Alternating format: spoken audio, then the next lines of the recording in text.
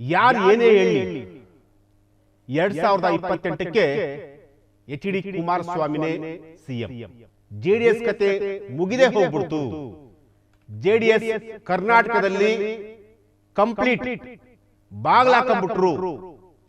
ಈ ರೀತಿಯಾಗಿ ಸ್ಟೇಟ್ಮೆಂಟ್ ಅನ್ನ ಕೊಟ್ಟಂತಹ ರಾಜ್ಯ ನಾಯಕಗಳಿಗೆ ಜೆಡಿಎಸ್ ನಾಯಕರು ಒಂದು ಸ್ಪಷ್ಟ ಸಂದೇಶವನ್ನ ಕೊಟ್ಟಿದ್ದಾರೆ. ಎಚ್.ಡಿ.ಕೆ ಆರೋಗ್ಯ ಹದಗೆಟ್ಟಿರಬಹುದು. ಕುಮಾರಸ್ವಾಮಿ ಅವರು ರಾಜ್ಯದಿಂದ ಸೆಂಟ್ರಲ್ಗೆ ಮಿನಿಸ್ಟರ್ ಆಗಿ ಹೋಗಿರಬಹುದು. ಜೆಡಿಎಸ್ ಪಕ್ಷದ ಒಂದಷ್ಟು ಶಾಸಕರು ಬೇರೆ ಬೇರೆ ಪಕ್ಷಗಳಿಗೆ ಹೋಗಿರಬಹುದು. ಆದ್ರೂ ಕೂಡ 2028ಕ್ಕೆ ಎಚ್.ಡಿ. ಕುಮಾರಸ್ವಾಮಿನೇ ಸಿಎಂ. ಹೀಗಂತ ನಾವು ಹೇಳಿದ್ದಲ್ಲ ಜೆಡಿಎಸ್ ನ ಮುಖಂಡರು. ಅದು ನಿಜನಾ ಅಥವಾ ಸುಳ್ಳು 2028ರ ಚುನಾವಣೆಯಲ್ಲಿ ಆ ವಿಚಾರ ಸ್ಪಷ್ಟವಾಗಿ ಗೊತ್ತಾಗುತ್ತೆ. ಅಂದ್ರೆ ಚುನಾವಣೆ ಆದ ನಂತರ ಕುಮಾರಸ್ವಾಮಿ ಅವರು ಸಿಎಂ ಆಗ್ತಾರೋ ಅಥವಾ ಆಗಲ್ಲ, ಆ ವಿಚಾರ 2028ಕ್ಕೆ ರಿವೀಲ್ ಆಗುತ್ತೆ. ಆದ್ರೆ ಈಗ ಸದ್ಯದ ಬೆಳವಣಿಗೆಗಳನ್ನ ನೋಡ್ತಾ ಇದ್ರೆ ಜೆಡಿಎಸ್ ರಾಜ್ಯದಲ್ಲಿ ಮತ್ತೆ ಪುಟಿದೇಳುವಂತಹ ಒಂದು ಕಾಲ ಹತ್ತಿರಕ್ಕೆ ಬರ್ತಾ ಇದೆ. ಅದಕ್ಕೆ ಕಾರಣ ನಿಖಿಲ್ ಕುಮಾರಸ್ವಾಮಿ. ನಮಸ್ಕಾರ ವೀಕ್ಷಕರೇ, ಫ್ರೀಡಂ ಟಿವಿ ನ್ಯೂಸ್ಗೆ ಸ್ವಾಗತ. ನಾನು ಅಶ್ವಥ್. ಸೋಲೆ ಗೆಲುವಿನ ಸೋಪಾನ. ಇವತ್ತು ಸೋಲಬಹುದು, ನಾಳೆ ಅದೇ ವ್ಯಕ್ತಿ ಇಡೀ ರಾಜ್ಯವನ್ನೇ ಆಳುವಂತಹ ಅಥವಾ ಇಡೀ ರಾಜ್ಯದಲ್ಲೇ ತಾನೊಬ್ಬ ದಿಟ್ಟ ನಾಯಕ ಅನ್ನೋ ಒಂದು ಹೆಸರನ್ನು ಕೂಡ ಮಾಡಬಹುದು. ನಿಖಿಲ್ ಕುಮಾರಸ್ವಾಮಿ ಅವರ ಒಂದು ಫೋರ್ಸ್ ಅನ್ನು ನೋಡ್ತಾ ಇದ್ರೆ ಆ ಎಲ್ಲ ಲಕ್ಷಣಗಳು ಕೂಡ ಕಾಣ್ತಾ ಇದೆ. ನಿಖಿಲ್ ಕುಮಾರಸ್ವಾಮಿ ಅವ್ರನ್ನ ಜೆಡಿಎಸ್ನ ರಾಜ್ಯಾಧ್ಯಕ್ಷರಾಗಿ ಮಾಡಬೇಕು ಅಂತೇಳಿ ಈಗಾಗಲೇ ಹಗಲಿರುಳು ಜೆಡಿಎಸ್ನ ಕಾರ್ಯಕರ್ತರು ನಿಖಿಲ್ ಕುಮಾರಸ್ವಾಮಿ ಅವರ ಜೊತೆ ಕೈ ಜೋಡಿಸ್ತಾ ಇದ್ದಾರೆ. ಪ್ರತಿ ಜಿಲ್ಲೆಗೂ ಹೋಗ್ತಾ ಇದ್ದಾರೆ, ಪ್ರತಿ ಮನೆಗೂ ಹೋಗ್ತಾ ಇದ್ದಾರೆ, ಪ್ರತಿ ಹಳ್ಳಿಗೂ ಹೋಗ್ತಾ ಇದ್ದಾರೆ.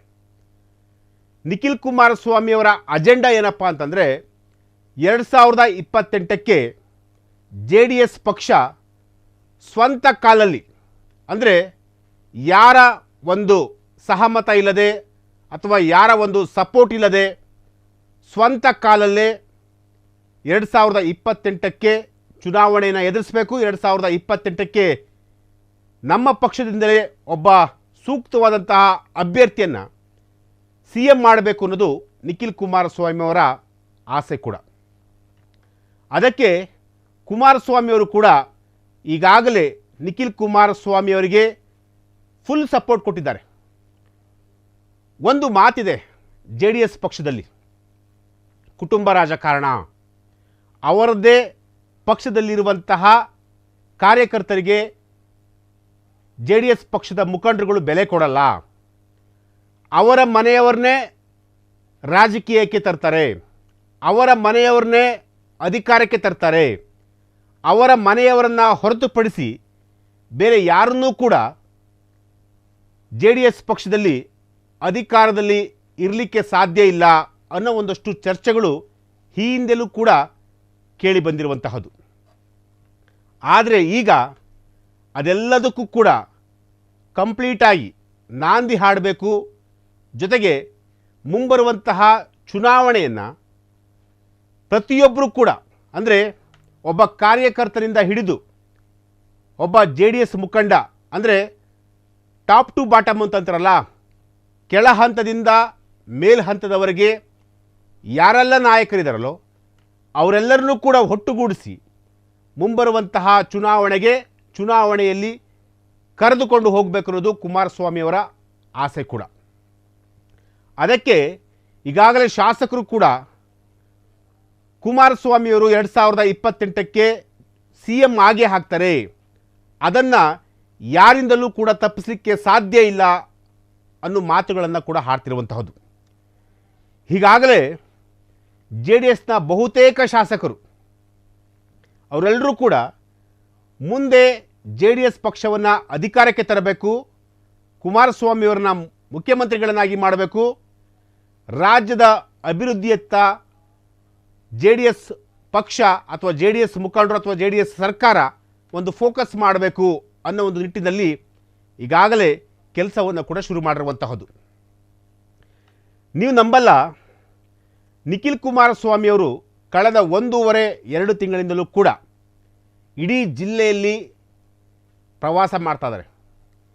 ಕೇವಲ ಹಳೆ ಮೈಸೂರು ಆ ಒಂದು ಭಾಗದಲ್ಲಿ ಮಾತ್ರ ಪ್ರವಾಸ ಮಾಡ್ತಾ ಇಲ್ಲ, ಕಂಪ್ಲೀಟಾಗಿ ಅಂದರೆ ಮಂಡ್ಯ, ಹಾಸನ, ಮದ್ದೂರು, ಮಳವಳ್ಳಿ, ಹೊಳೆನರಸೀಪುರ ಈ ಒಂದು ಭಾಗ JDSನ ಬೆಲ್ಟು. ಸೊ ಆ ಭಾಗವನ್ನು ಮಾತ್ರ ಫೋಕಸ್ ಮಾಡ್ತಾ ಇಲ್ಲ, ಇಡೀ ರಾಜ್ಯವನ್ನೇ ಸುತ್ತರಿತಾ ಇದ್ದಾರೆ.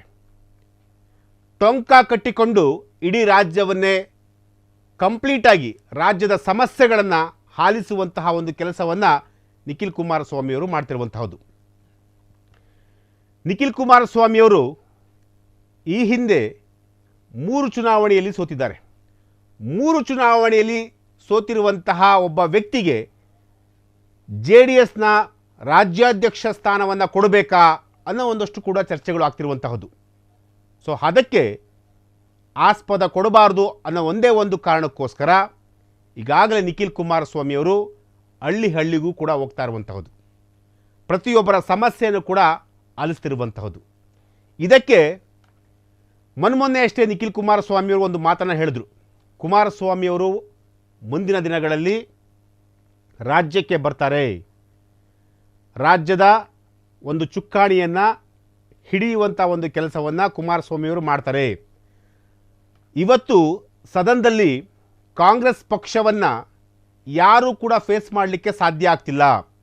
ಆ ಜಾಗದಲ್ಲಿ ಏನಾದರೂ ಕುಮಾರಸ್ವಾಮಿಯವರು ಏನಾದರೂ ಇದ್ದಿದ್ರೆ ಖಂಡಿತವಾಗ್ಲೂ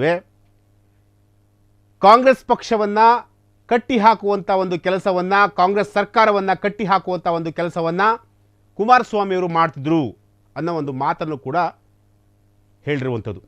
ಈ ಎಲ್ಲ ಅಂಶಗಳನ್ನು ನೋಡ್ತಾ ಇದ್ದರೆ ಮುಂಬರುವಂತಹ ದಿನಗಳಲ್ಲಿ ಕುಮಾರಸ್ವಾಮಿಯವರು ರಾಜ್ಯ ರಾಜಕಾರಣಕ್ಕೆ ಮರಳುವುದು ಸ್ಪಷ್ಟವಾಗಿರುವಂತಹದ್ದು.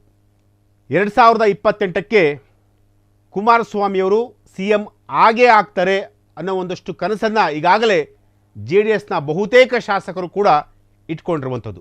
ಆ ಕನಸು ನನಸಾಗಲಿ. ಏಕೆಂತಂದರೆ ಈಗಾಗಲೇ JDS ಆಗಿರ್ಬೋದು, ಕಾಂಗ್ರೆಸ್ ಆಗಿರ್ಬೋದು, BJP ಆಗಿರ್ಬೋದು, ಈ 3 ಪಕ್ಷಗಳು ಅಂದರೆ ಯಾವುದೇ ಒಂದು ಚುನಾವಣೆ ಬಂದಂತಹ ಸಂದರ್ಭದಲ್ಲೂ ಕೂಡ ಒಂದಷ್ಟು ಆಶ್ವಾಸನೆಯನ್ನು ಕೊಡ್ತಾರೆ.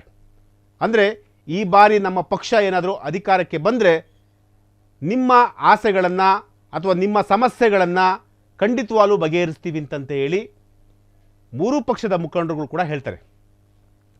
ಈ ಹಿಂದೆ ಅಂದರೆ ಸಿದ್ದರಾಮಯ್ಯವರ ಸರ್ಕಾರ ಕೂಡ ಏನು 5 ಗ್ಯಾರಂಟಿಗಳನ್ನು ಅನುಷ್ಠಾನಕ್ಕೆ ತಂತು, ಆ ಗ್ಯಾರಂಟಿಗಳು ಇವತ್ತಿಗೂ ಕೂಡ ಏನು 2,000 ರೂಪಾಯಿ ಹಣ ಏನು ಬರ್ತಾ ಇತ್ತಲ್ಲ, ಗೃಹಲಕ್ಷ್ಮಿ ಭಾಗ್ಯ, ಗೃಹಲಕ್ಷ್ಮಿ ಯೋಜನೆ, ಅದು ಇವತ್ತಿಗೂ ಕೂಡ ಕಳೆದ 3-4 ತಿಂಗಳಿಂದ ಬರ್ತಾ ಇಲ್ಲ.